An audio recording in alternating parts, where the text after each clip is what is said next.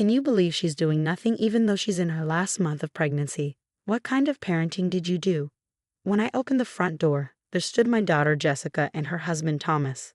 Thomas scowled at me, complaining about dust accumulating under the table and a dirty bathroom floor. He seemed to think my daughter's inability to clean meant I had failed as a parent. It's tough for her to bend down with that belly. If he's that concerned, why doesn't he clean it himself? Before I could say anything, Thomas reached for the door. I can't be bothered with someone who can't even keep house. I'm leaving her, he said. I'm Rebecca, and I turned 54 this year. I work as an employee for a major corporation. After losing my husband early, it's been just me and my only daughter, Jessica. Raising Jessica alone wasn't easy, but her smiles always made the fatigue disappear. Jessica grew into a kind and thoughtful young woman, blessed with good friends. However, she was clueless in romantic relationships and struggled to find a boyfriend. I was hoping she'd meet someone in high school, but she didn't even have a boyfriend in college. After graduating, she started working as an office employee for a food manufacturer. There were no rumors about her dating life.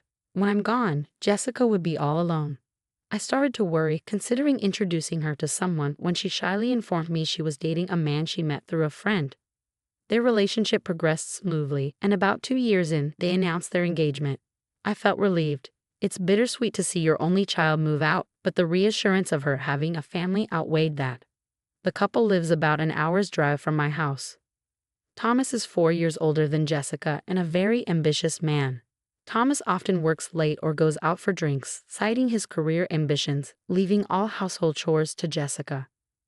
I thought they should share responsibilities, but I refrained from interfering in their lives. About 6 months after their wedding, Jessica invited me to lunch to announce she was expecting. Jessica, who didn't have siblings, always liked children. She used to tell me she wished for a little sister or brother, something I couldn't provide as I had no plans to remarry. Jessica, who had always wanted kids even after getting married, was lovingly speaking to her still flat belly, rubbing it gently as if she couldn't wait to meet her unborn child. Seeing her like this filled me with joy. If you ever need anything, don't hesitate to call me, I said as we parted ways. Since Jessica continued working during her pregnancy, I made it a point to check in on her regularly to see how she was doing. Around the time she entered her second trimester, I was assigned a big project at work that would result in frequent travel.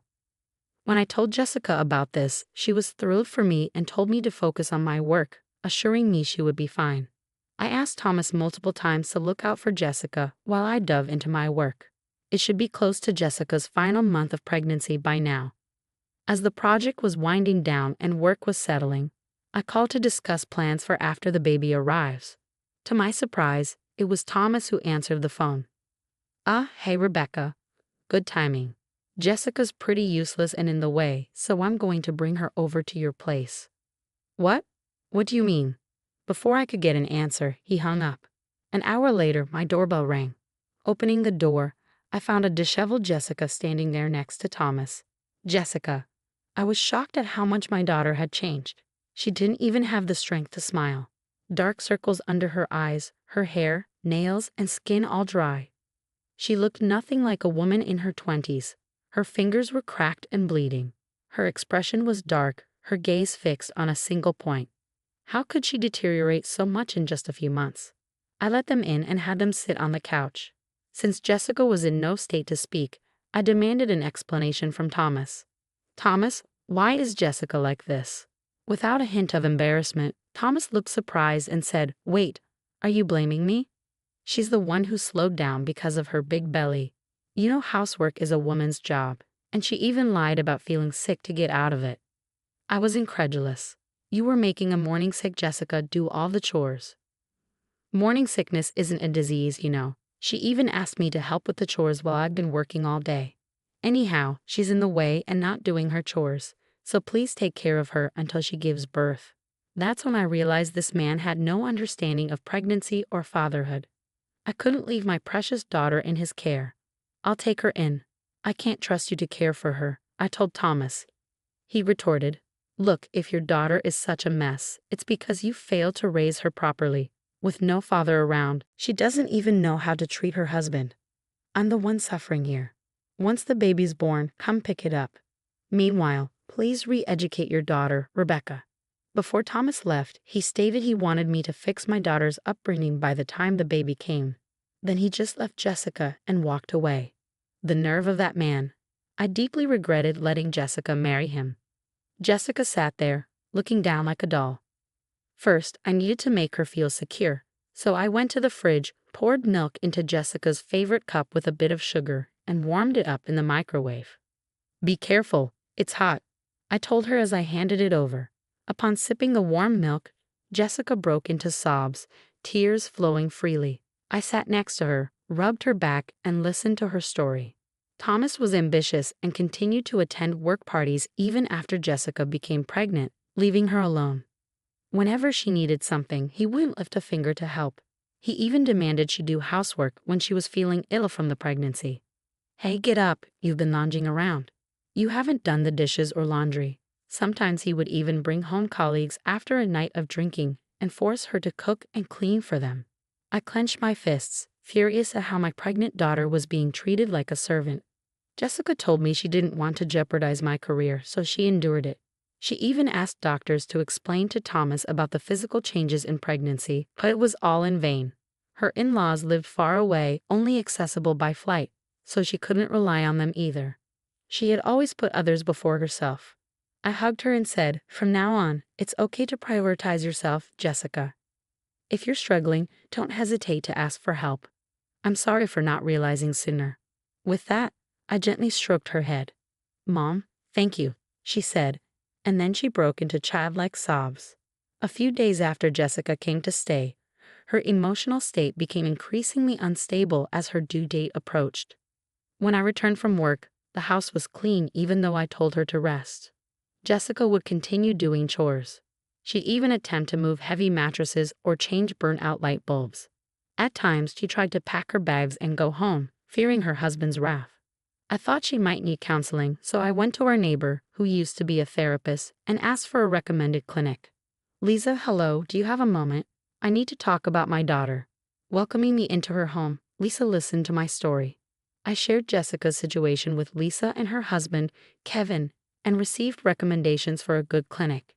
Jessica had been feeling off too, so she started visiting the hospital. Lisa and her husband were concerned about Jessica, so when I was at work, Lisa would stop by to check on her. Thankfully, Jessica started to recover and smiled more like she used to. When the due date came, I took Jessica to the hospital as her contractions began. I rubbed her back and wiped her sweat, encouraging her all the way. As the contractions grew closer, I watched Jessica walk into the delivery room. I sat in a chair, restless and eager, until I heard the baby's cries. A nurse informed me that both mother and child were healthy, a relief to hear. When I went to see them, Jessica was holding our sleeping baby in her arms. I was angry at Thomas, but I still let him know that a healthy baby girl had been born. Immediately entering the hospital room and seeing his newborn, Thomas blurted out, "Yuck, babies look like monkeys, not cute at all. Jessica, you're not even wearing makeup and just lying in bed. You're so lazy. Put some effort into how you look, you're a woman." Just as I was about to return, the nurses and doctors who heard him lost their temper. They surrounded Thomas, shouting, "Are you even a husband? Your wife just gave birth, risking her life, and she's exhausted. Can't you say something nice?" But Thomas, visibly irritated, shot back, "Shut up. My mom was working even right after giving birth. This is clearly laziness. I'd never heard of a woman working immediately after childbirth, and there's no way he could remember that. Something must have twisted his memory. It makes sense he wouldn't know, given he's never shown interest in pregnancy or childbirth."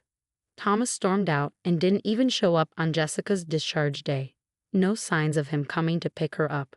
Concerned about sending Jessica back to him, I told her she could stay with me, but Jessica wanted to go home, saying it was unfair to the child to grow up without a father. Reluctantly, I called Thomas to see if he would pick her up. He replied, "I'm busy with work, so please take care of things there.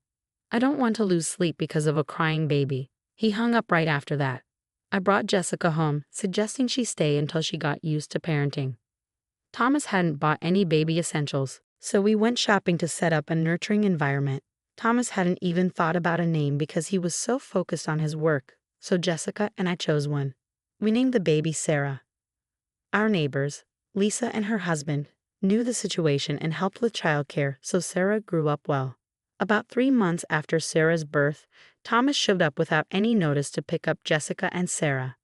"Hey, I'm here to pick you up.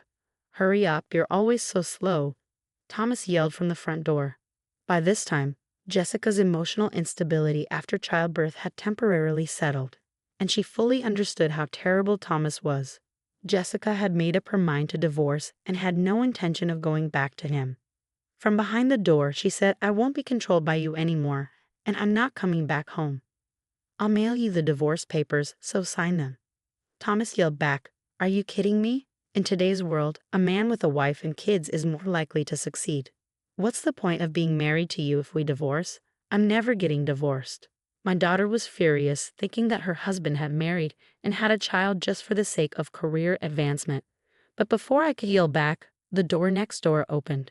Hearing Thomas's loud voice, our neighbors Lisa and her husband, Kevin, stepped out of their home. Thomas, who glanced at Lisa, paled instantly when her husband, Kevin, appeared.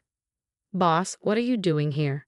Stunned, Thomas watched Lisa and Kevin approach. It turns out Kevin was Thomas's supervisor. Kevin, also surprised, said, "So you're Jessica's husband? To think a terrible man like you, who neglected his child for 3 months, turns out to be you. You lack empathy, and I can't trust my team to someone like you. I'll let the CEO know as well.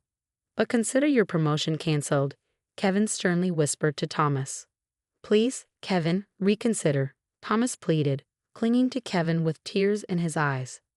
"You have nothing more to say to me. You don't even want to listen. You only ever cared about your work." Kevin cut him off, not allowing any further comments. "What was all my hard work for?" Thomas dropped to his knees, deflated.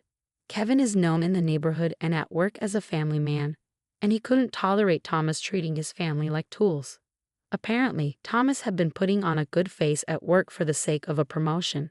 Thomas went home quietly that day, but once at the office, he pestered colleagues and subordinates, saying, "Hey, you ate at my place, right? Could you put in a good word for me with the boss for a promotion?" When no one complied, he went straight to the CEO. "Sir, I've worked hard for this company every day. My sales numbers are consistently high. Please approve my promotion." "I've heard from your boss," said the CEO. "Your performance numbers might look good, but you've been using aggressive tactics to win contracts. Just raising your own numbers isn't enough. A deal that tarnishes the company's image is negative, even if it's successful. If you can't consider that, you can't move up. I have no more expectations for you." Thomas left the CEO's office, his face pale with dejection.